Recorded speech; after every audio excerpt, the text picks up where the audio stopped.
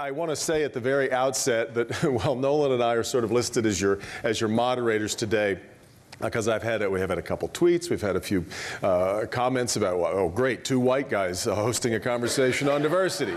Perfect, love it. Speak for yourself. Well, true.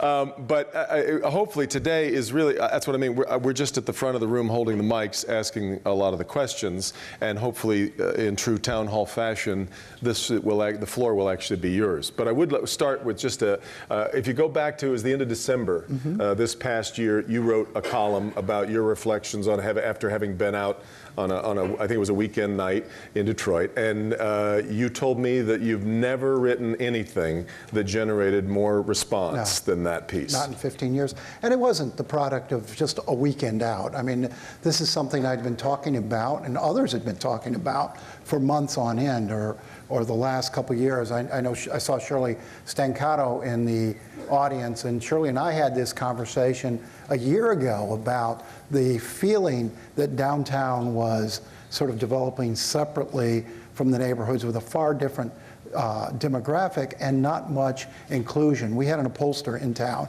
in November from Chicago. He stayed the week, the guy who does polling for both of us. And he called me, we just talking about some of the results, but he called me and he said, Richard Zuba. He said, I got to ask you a question. He said, I went home and talked to my wife and said, I was in downtown Detroit for a week. I hardly saw any black people. He said, and you know, it just started me thinking about as I was out. And, you know, a lot of people have said, you know, Mary Kramer sitting here, you don't go to the right restaurants, or, you know, I'll tell you, you know, believe me, I'll show you my American Express bill. There's very few days I'm not out for lunch or dinner or worse, in downtown, Midtown, what have you. And, you know, it was a pattern, and particularly among these new places that are opening up and the places the entrepreneurs are opening up, that very exciting, very enthusiastic crowds, and mostly white, sometimes, some nights entirely white. And I just started asking myself, asking other people, you know, why that is. And that's, you know, sort of what produced the first column. I find myself wondering, though, because I've had a few people tell me, you know, you guys are creating a problem where one doesn't really exist. Yeah. This is how life is in most cities. In fact, we talk about 2 Detroits. How many New Yorks are there? 100?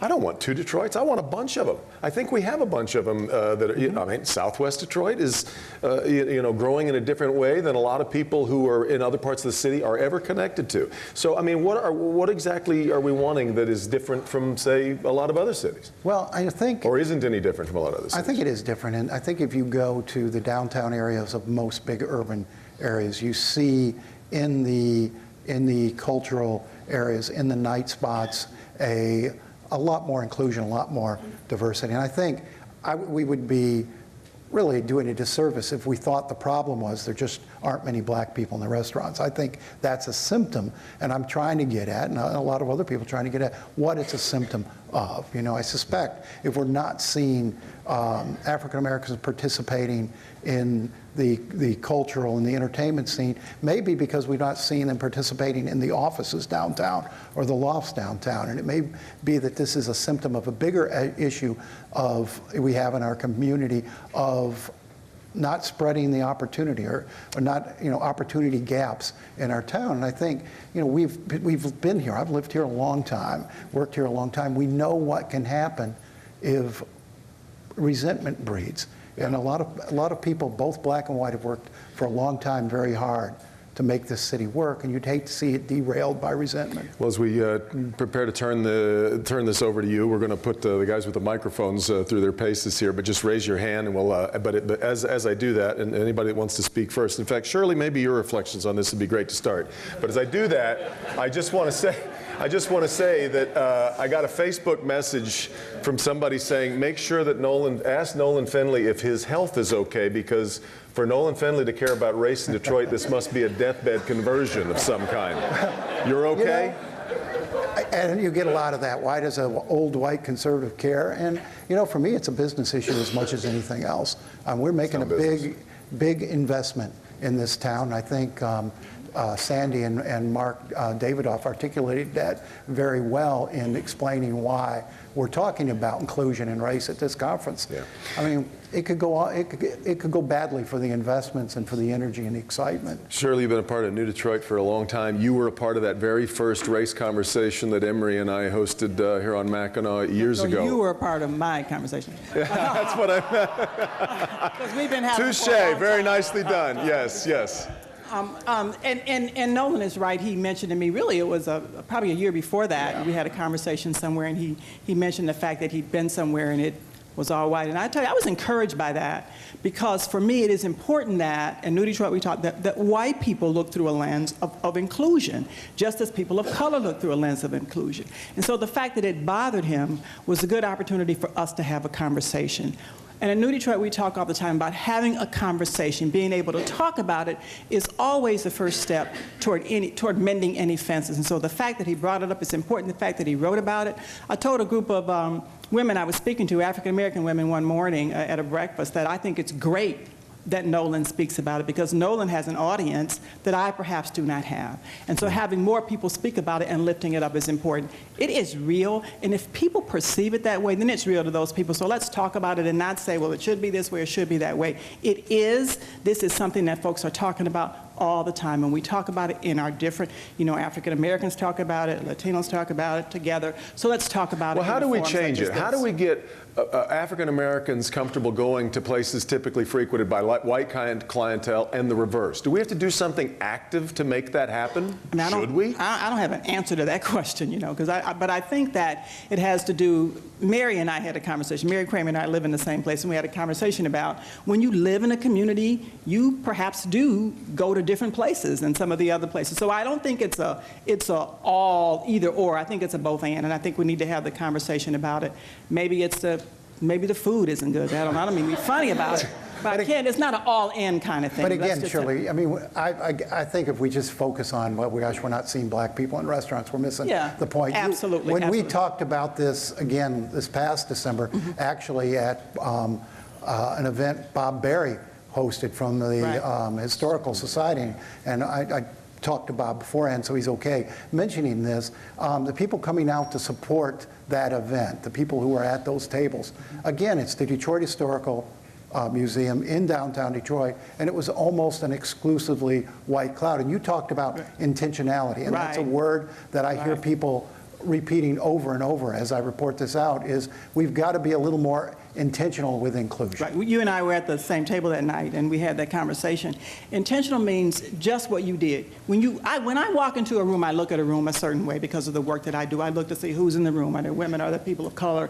And when we have this conversation and just have the black-white conversation, I would tell you from New Detroit's perspective, we have to include more than that. There are Latino folks and Asian folks and, Arabs, Middle Easterners. So we have the conversation as a whole. And I do think, again, it's important that you have to look at it. It has to be intentional. If you look it up, if you have a group of people coming to something, I look at the fact, who are these people? What's their race, et cetera? That's important. And the more each of us in this room looks at that and makes it intentional, then I think the better off we all will be. It's more than just who's in the restaurants. It's who lives next door to us, too. That's another issue. And maybe give the mic to Bob, because Bob... He's right next to you there, yeah. Bob has some thoughts on this sort of improving our effort to get successful African Americans, business people, and what have you, involved in the cultural organizations and in organizations like yours. Well, and I would really echo what Shirley said about intentional, and because incremental is not going to move the needle. And I'll tell kind of a silly story of when I got at the Detroit Historical Society 13 years ago. It wasn't very diverse because it was, as far as the board goes, it was all Grosse Pointers. Okay, so we did not have people from Oakland County. So we had to be Which is a race within a race, isn't it? Kidding. I'm kidding. I'm a Grosse Pointer. I can say that. I'm sorry. Sorry. It was hard, Devin, but we did it. But I mean, it was very intentional to diversify from what was at the time the old boys club or whatever, to diversify into that community. And the same thing, and it's been very successful. And the net of that is, I'm on my 15th black tie gala, and it's increased drastically. The net of it is it's become a stronger, better, bigger, more productive organization and event. And the same thing goes for diversity. But I can tell you that it's more difficult because where do trustees and supporters come from? From the other ones that are in the room that look just like them. So you have to be very intentional about it. And you know, the best thing that we found to be most effective is understanding what our mission is and making a conscious, intentional decision to say, you know, what we want to do is going to be representative of this community and reflective of the people that live here and work here. And Shirley will tell you, and many of you in this room who I've bent their ear on this week especially, we're working on a project to do just that. It is to, our next big thing is our founding partners is the Charles Wright Museum in the New Detroit, to imbibe a byproduct of that, and an intentional byproduct that's in a strategic plan, is that our board and staff will be more diverse. I wonder if you can, Mark Davidoff has got to leave, and he's got some thoughts. I mean, in one of the columns, I talked to Mark, who is trying to create a diverse workforce and finding it difficult since so few African Americans are CPAs. And so, I mean, he's taking a step to do something about that. Nolan, thank you. So this journey for me started 6 years ago.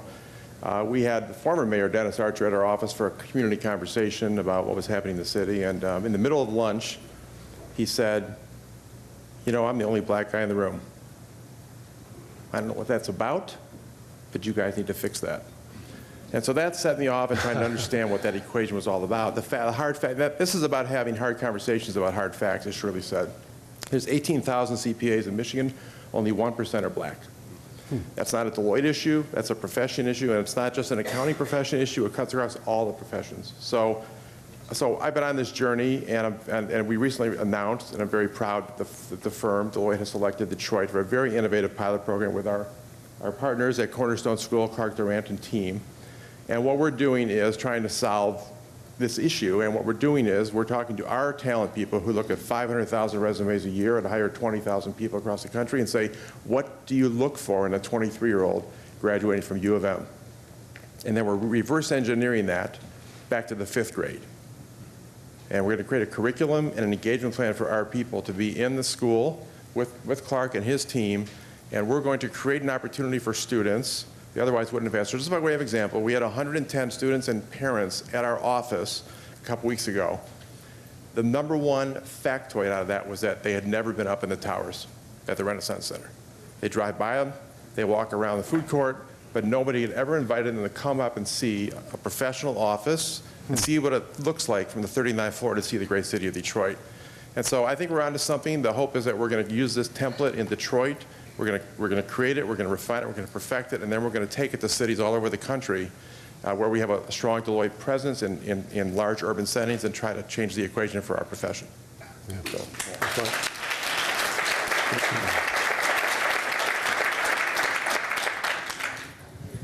Hi, Vivian Picard. I think the issue that we're dealing with regarding the restaurants, I think it probably goes a lot deeper than the restaurant issue. I think individuals, when we look at the individuals that are in these restaurants, we need to look at basically who's paying the bill. I mean, I go out a lot for lunches, dinner, etc. But in a lot of those cases, for me, I'm actually hosting lunches or dinner where maybe General Motors is paying. And when we think about even in this room today, look at the number of African Americans that are in this room, but also look at who's paying the bill for us, that are the ones of us that are here today. So I think it's a lot. It's a greater issue than just who's in the restaurants. I think we need to look at from the perspective of who's, when you look at the tabs and who's paying the bill, I think, and when you see that there's not as much leadership in terms of the business community, in terms of business owners and leaders in the business community, the CEOs and the top levels that are on expense accounts, et cetera, I think we need to pay attention to that. And then another issue, I recently went to an opening of a store in Detroit, and I think I counted 6 individuals out of probably 1,000 individuals at the store opening.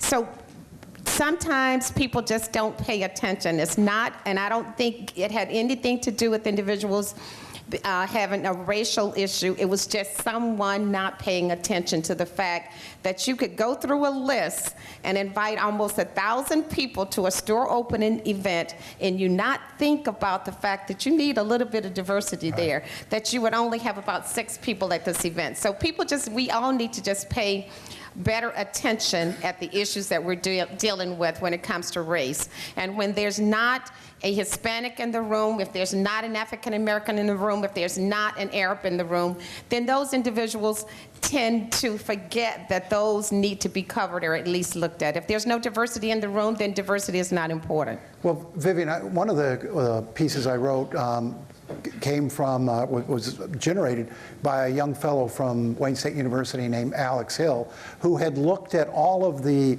fellows that were being recruited, these young people who were being recruited to come in and energize Detroit, become the future leaders, you know, be our pioneers, if you will. And his research showed it was the fellowships were being awarded 2/3 to whites and only about 18% to African Americans. And I started talking to some of these programs, and you know, they acknowledged that they had an issue here, but they weren't quite sure what to do about it, because they said, you know, once a program like that appears to be a white program, it makes recruiting African Americans the trust issue. It makes it all the much more difficult.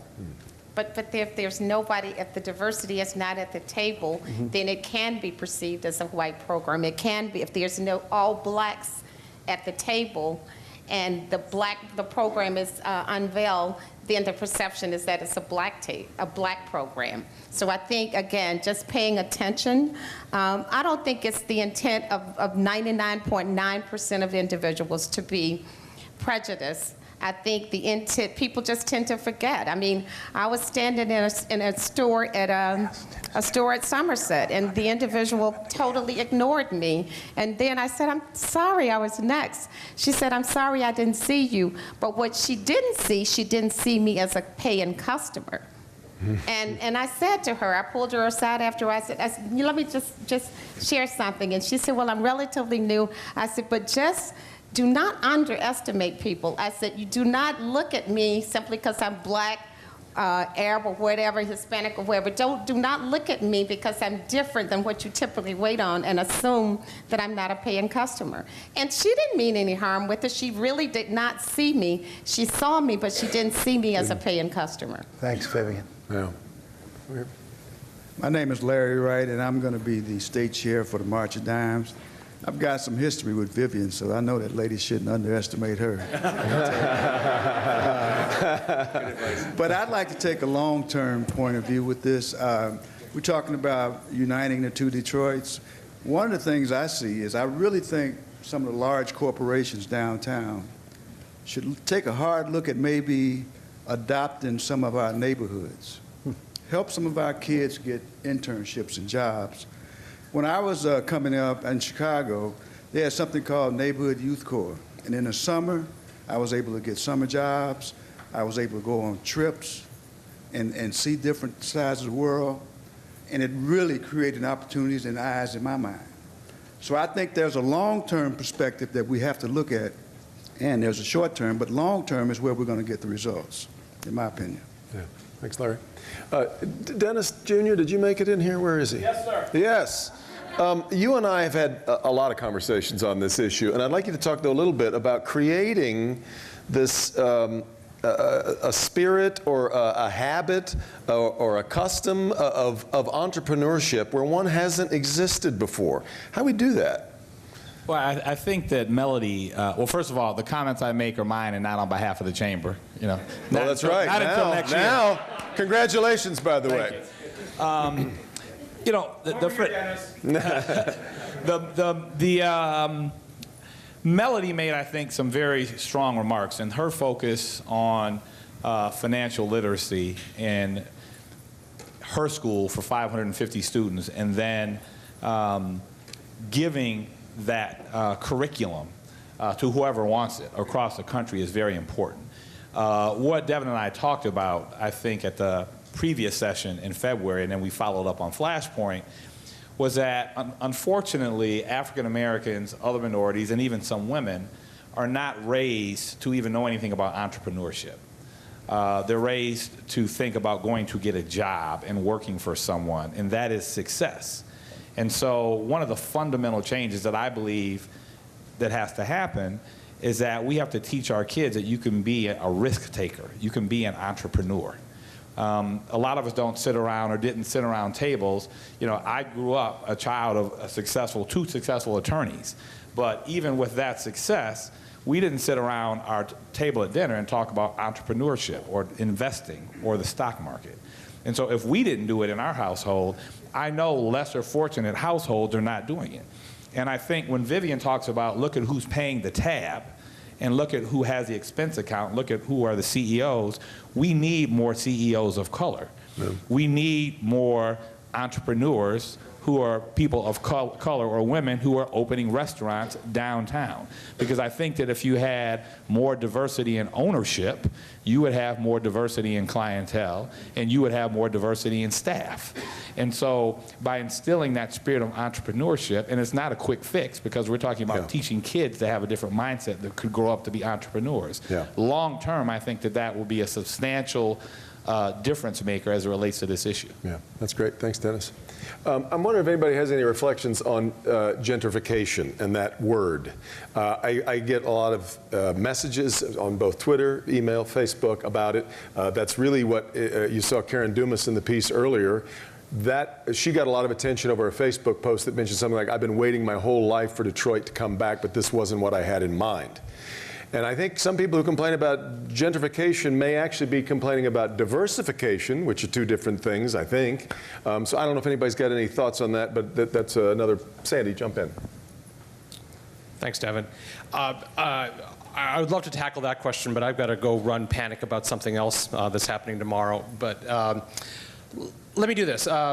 You know, Nolan and I are disclaimer, are good friends, but we actually disagree a little bit on kind of the ethos of this conversation. So, and it might be just kind of terminology to some degree.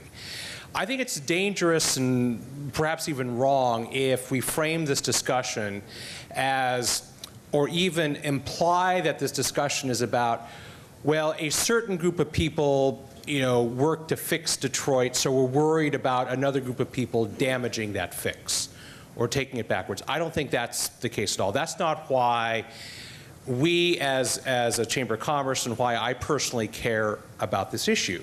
But there is an intersection between, you know, between race, economic opportunity, and self-interest in this discussion, and it's this. And for those of you who were expecting the governor to open up the program and got me instead, I'm sorry, but the point I was trying to make there, and I'll try to make again, is this, is that for any area to be successful, I don't care what size the area it is the success of urban areas that drive the economic progress of any kind of area or region.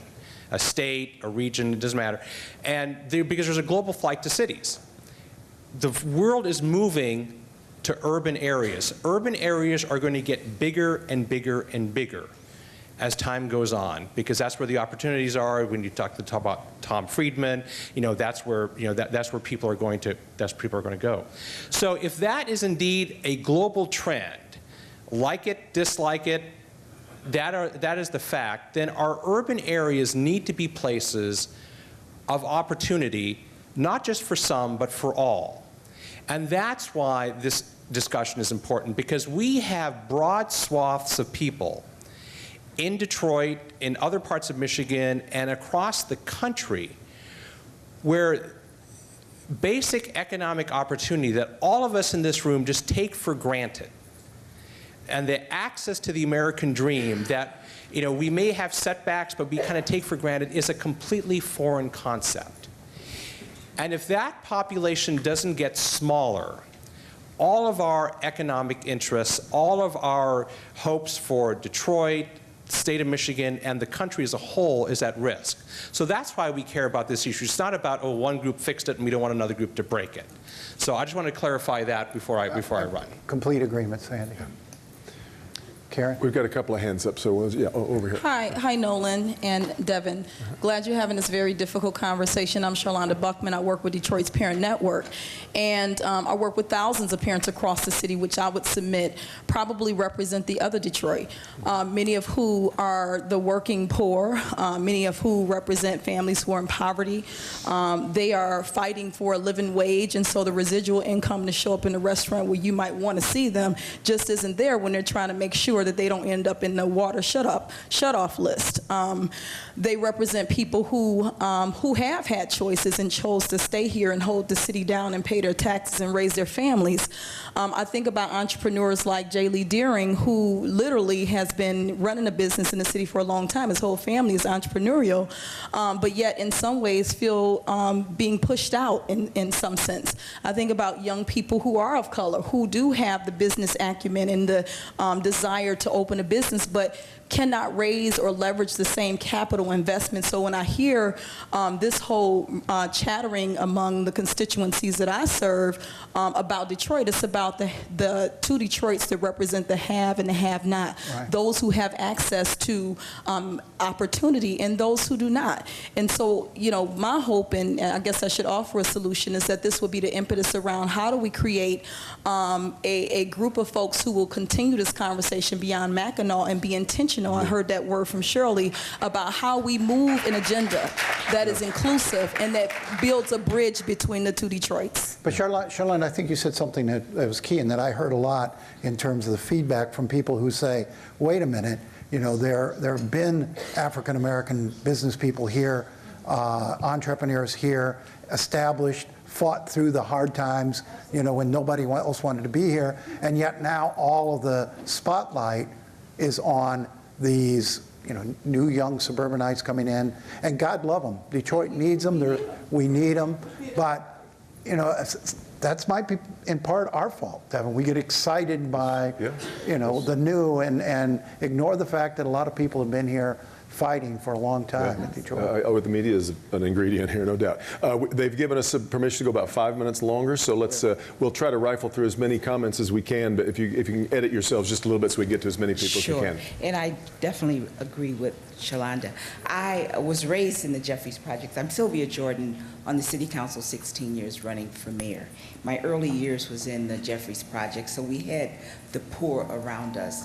And when I go back now and I see the urban gentrification, it's a little bit difficult because there was a place where you knew that the poor would be okay, and now they're being displaced and moved out, and where they're going to go. So this is really a tough subject that I believe we've got to deal with a little bit more, because you just can't displace the poor, and they just can't be given no place to live or left to fend for themselves. So I think this discussion must continue, because at the same time we want to see the revitalization of Detroit, but we don't want to displace the poor. That's a great reflection. Mary, you've been mentioned. We certainly need to give you your shot. Oh, well, I think that this conversation really reaches back to the conversation we started the day with in this room, which is workforce. And the whole idea, it's economic as much as it is racial. We have to have opportunities, and it starts with what people said earlier today. It starts with a job. That's the greatest change agent. And so that conversation that began here earlier, that is the conversation I think that would be good to continue. And I did not introduce myself. I'm sorry. I'm Mary Kramer. I'm the publisher at Crane's Detroit Business. Everybody knows and you. No. Now, I also will say, to the media point, it is part of our job to be intentionally diverse in what we cover. And so the stories about George Stewart and the Garden Theater and what he's done, and he risked his pension to invest in these developments, and he is successful. And if you walk in the restaurant, you see people of color working there because he's the owner, to Dennis's point earlier. I just want to mention one other thing, and that is last fall, Crane's had a panel on gentrification. And there were two African-American developers. One is Greg Jackson, who owns auto dealerships and does real estate in Lafayette Park. And one is Gwendolyn Butler, who went to Mumford High Schools in Chicago now and is raising a $200 million capital fund for housing in Detroit, African-American-led development. And what they said was, what Detroit needs more is, the term gentrification does not scare me.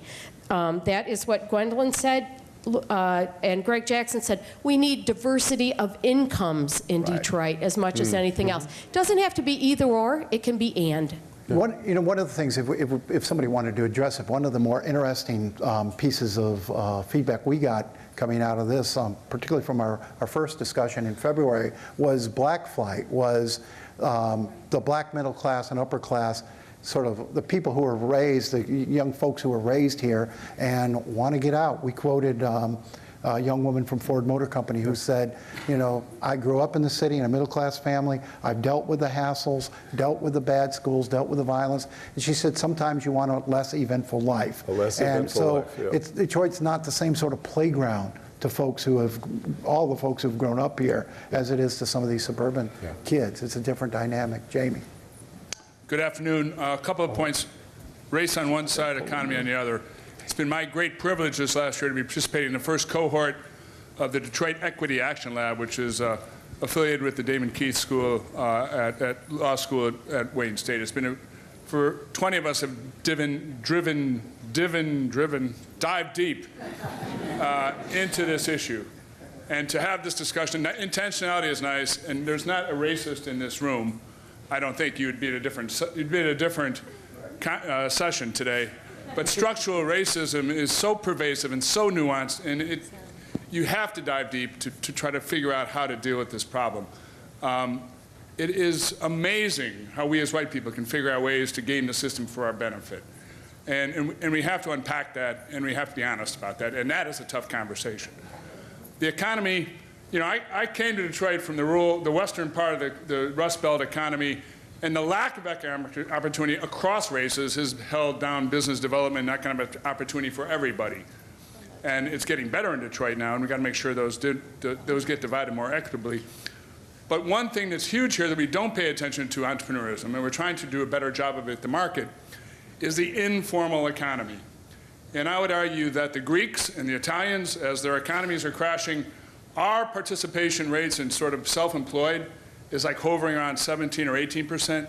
It's 30% in Italy and 30% in Greece, and that's the economy that Detroit's had for the last 40 years. You go into the east side and west side neighborhoods, and there's an economy there. It's invisible to us, and our job has to be to figure out how to get those entrepreneurs from the completely informal economy into the more formal economy. Thanks, Dan. I'm going to leave it to Nolan. Okay. We're not willing to move the 5 o'clock news away from 5 o'clock today. So I've got to, I appreciate you all. Thank you very much. Thanks, Devin. I appreciate it. Karen? No, can everybody hear me? Nolan, I love you for taking up this topic. Okay. My name is Lena Epstein with Vesco Oil Corporation. For anybody that's interested in a job who lives in the city of Detroit, who would like to be a truck driver or a warehouseman or has skilled labor, I would love to talk to you, regardless of your gender, your race, how old you are, where you're from. I love that we're talking about this, and I'm concerned that our friends who live in the city of Detroit are going to read about this from you, Nolan, Bankley, from the Michigan Chronicle, and so on, and wonder, why do they have the conversation on high on Mackinac? Why don't we have this conversation in Detroit? So I'll say I love to be here. I'm happy to participate. I have some specific solutions. I think everybody in the room does too. Let's have a plan for what we're going to do when we get home. What are we going to do out of here? And Nolan, I know you can help us figure that out. Thank you. Thank you. How are we doing on time? We sort of lost our... So we have anyone else here?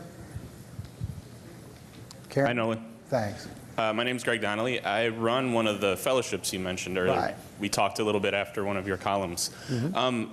I want to say that we've talked a little bit about data here, and it's really important that if we're going to have that conversation about the data, that we get it right.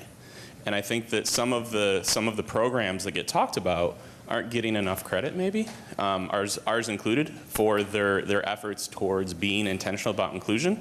So saying that, I also want to say that I think while we need to get the data right, this conversation we're having in this room right now is very important, because there's a lot of people in this room, particularly white guys, people who look like me, that don't have to talk about this. And they live their whole lives and can ignore it.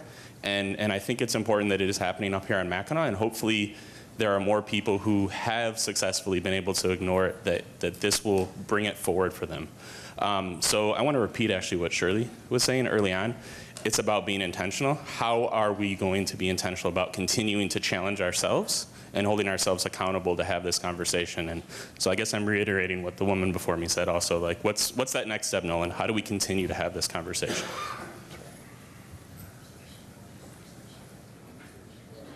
Got a lot of hands up, Karen.